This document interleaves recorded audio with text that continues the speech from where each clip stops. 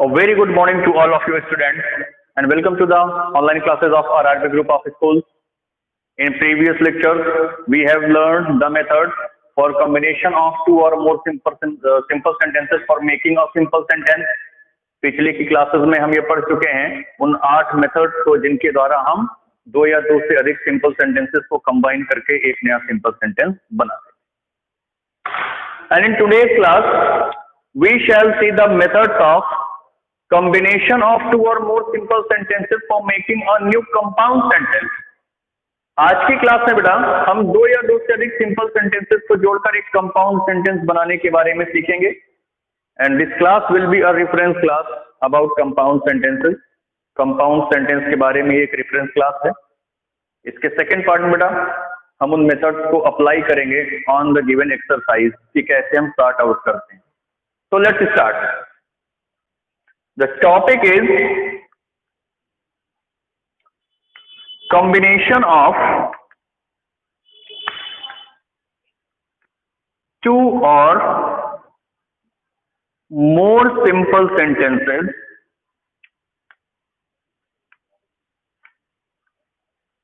for making a compound sentence.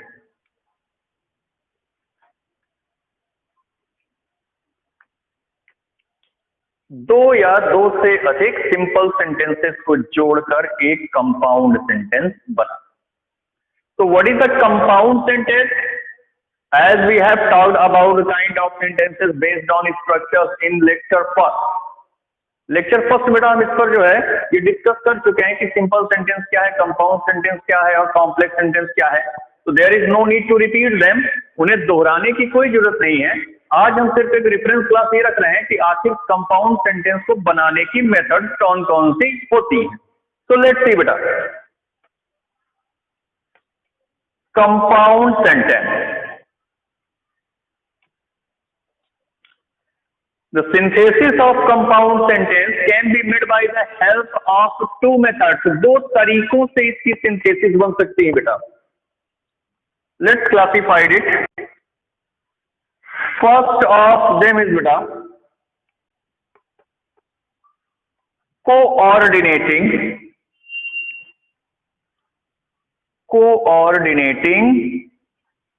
conjunction.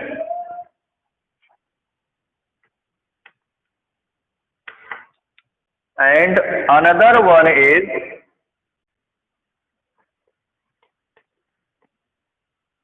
relative pronoun or adverb. So let's compound sentence की synthesis दो method से बनाई जाती है, कोऑर्डिनेटिंग कंजक्शन और दूसरा क्या है बेटा रिलेटिव प्रोनाउन और एडवर्ब. कोऑर्डिनेटिंग क्या है बेटा? कंजक्शन मीन्स तो आप जानते हैं बेटा संयोजी शब्द. संयोजी शब्द कोऑर्डिनेटिंग सह संयोजी जो साथ में जोड़ने के लिए यूज किए जाते हैं. So the meaning of coordinating conjunction is सह संयोजी शब्द. And next one is relative pronoun और एडवर्ब. उसके बारे में डिस्कस हम बाद में करेंगे, पहले इसे देख लेते हैं बेटा. In coordinating conjunction, there are four kinds of methods. Number first is cumulative coordinating conjunction. Cumulative coordinating conjunction. Number second is beta alternative coordinating conjunction.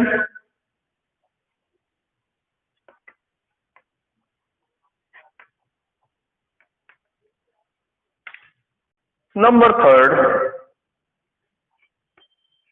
adversative coordinating conjunction.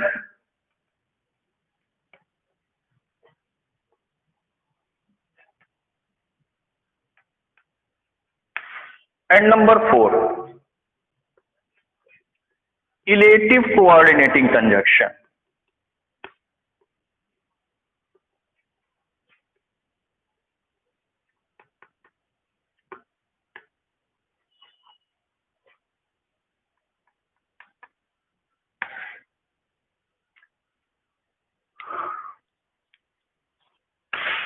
तो कोऑर्डिनेटिंग कंजक्शन के अंतर्गत बेटा हमें 4 तरह की मेथड को पढ़ना पड़ेगा।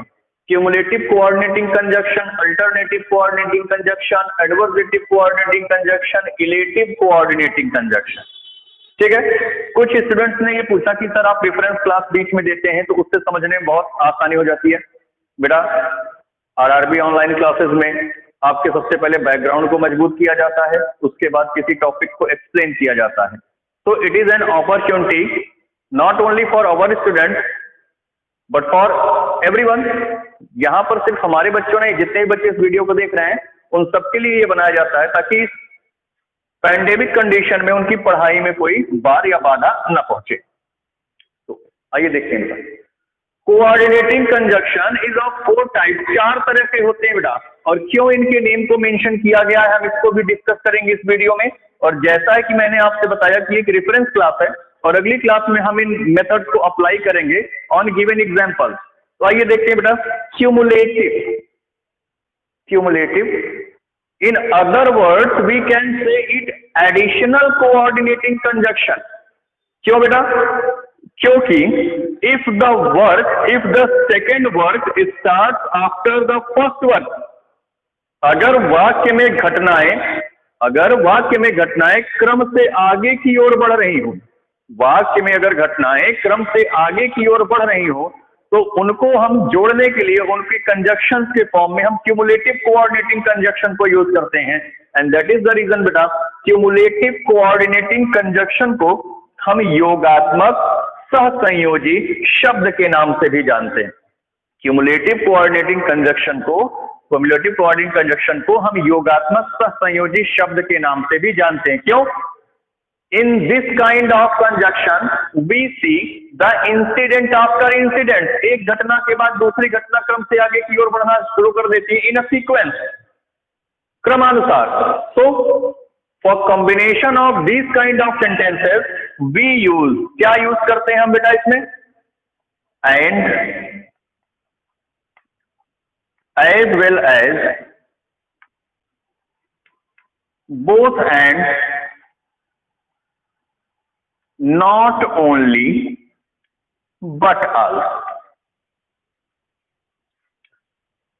Now you can ask me a question beta कि if there is any criteria for using these kind of conjunctions, क्या इन conjunctions को किसी क्राइटेरिया के अंडरटेकिंग में ही अप्लाई किया जा सकता है? तो अच्छा क्वेश्चन आप लोग पूछेंगे बेटा। अगर ये क्वेश्चन पूछेंगे तो आप इतना समझ लीजिए, if there is a particular incident, so we have to use conjunction and as well as, but if the numbering of incidents are more than one, so we are free to use any of these।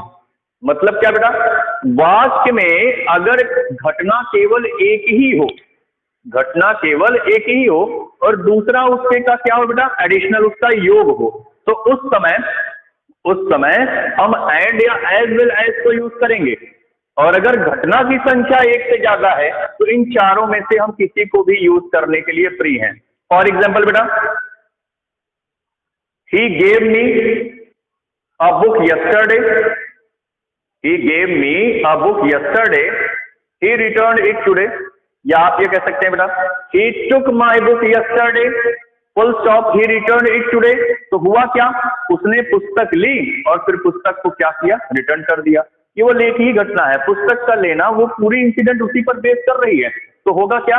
He took my book yesterday and returned it today। ध्यान से सुनिएगा। इन cumulative coordinating conjunction, मैंने आपको पहले ही बताया कि 2 तरह के सेंटेंस होंगे बेटा, 2 टुकड़े होंगे। तो पहले टुकड़े के सब्जेक्ट को हम S1 से मेंशन करते हैं और दूसरे टुकड़े के सब्जेक्ट को हम S2 से मेंशन करते हैं। तो इन cumulative coordinating conjunction, if S1 and S2 are equal, so there is no need to write S2 there।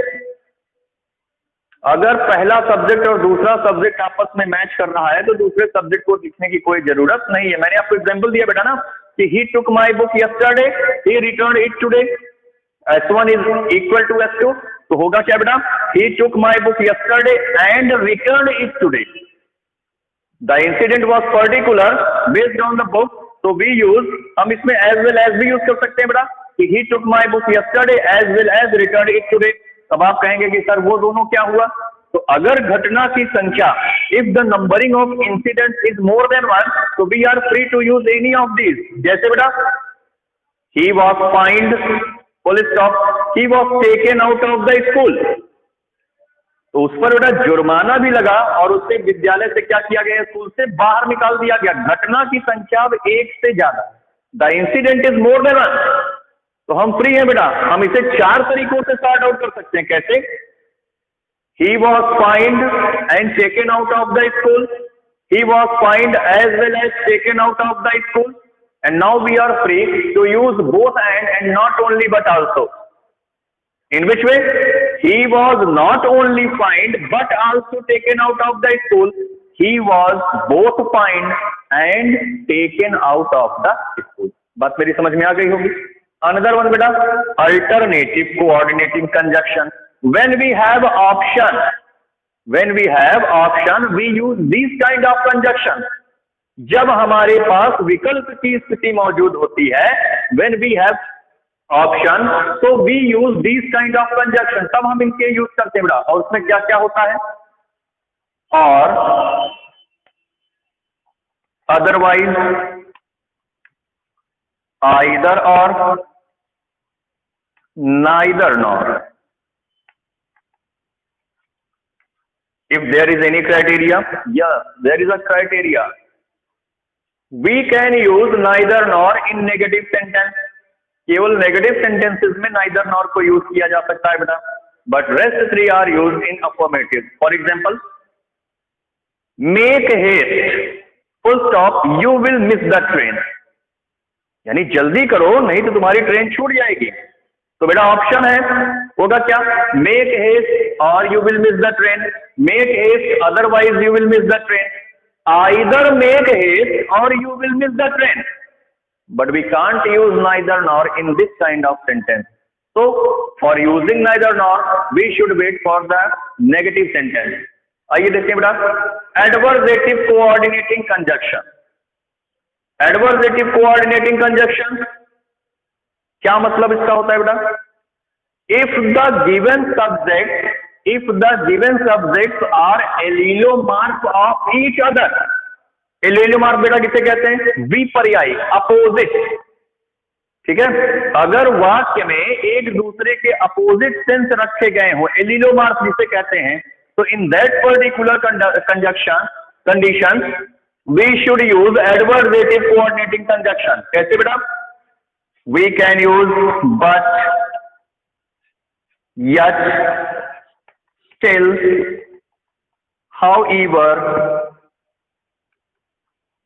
while, whereas। ध्यान से देखिएगा बेटा, इसमें भी क्राइटेरिया है।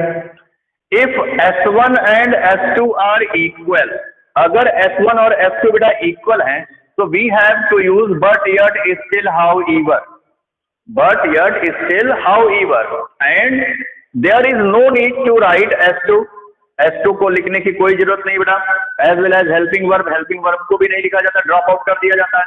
But if S1 and S2 are not equal, अगर S1 और S2 आपस में इक्वल नहीं है, तो in that condition we should use while and whereas as a form of conjunction. For example, good boys work, bad boys waste their time. Here good and bad are allelomorph of each other. ये एक दूसरे के opposite है बेटा, तो we should use where, as और while. So good boys work while bad boys make mischief, or while bad boys waste their time. Clear?